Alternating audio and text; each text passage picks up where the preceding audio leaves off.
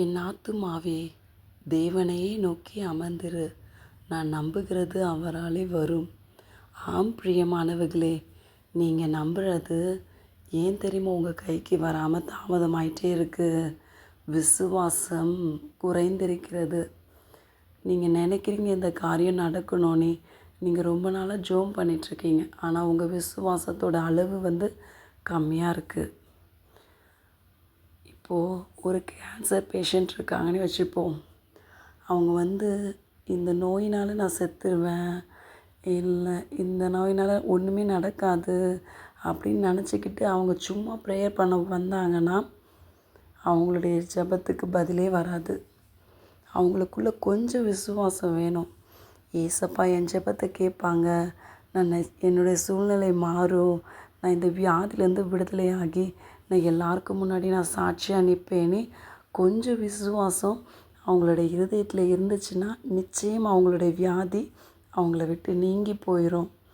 ஆம் பிரியமானவர்களே, ஏசப்பா ஊழியம் செஞ்சிட்ருக்கும்போது ஒரு கிராமத்துக்குள்ளே போகலான்னு நினைக்கிறாங்க.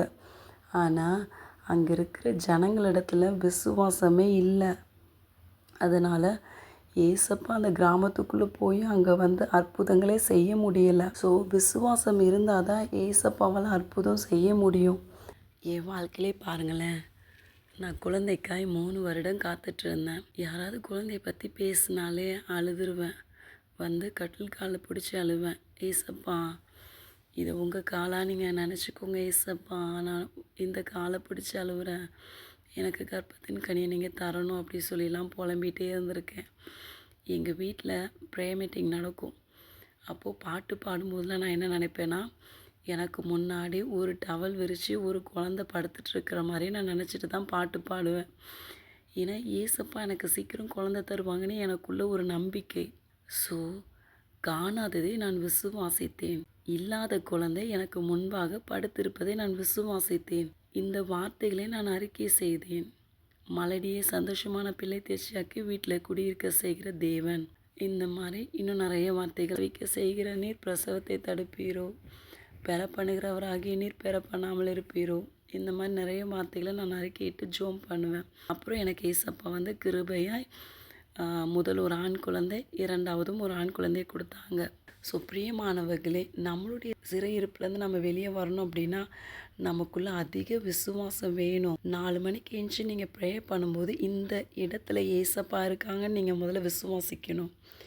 என் ஜெபத்தை கேட்குறவர் நிச்சயம் எனக்கு அற்புதங்களை அதிசயங்களை செய்வார் என்று நீங்கள் கடுகளவு விசுவாசித்தால் நிச்சயம் உங்கள் வாழ்க்கை மாறும்.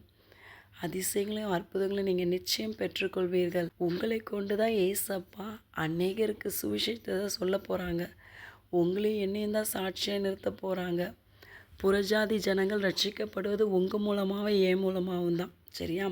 ஸோ நீங்கள் சோர்ந்து போகக்கூடாது. தைரியமாக ஜெபத்தில் நில்லுங்க. ஜெபிக்கிற பிள்ளைங்க நிச்சயம் ஜெயம் எடுப்பீங்க.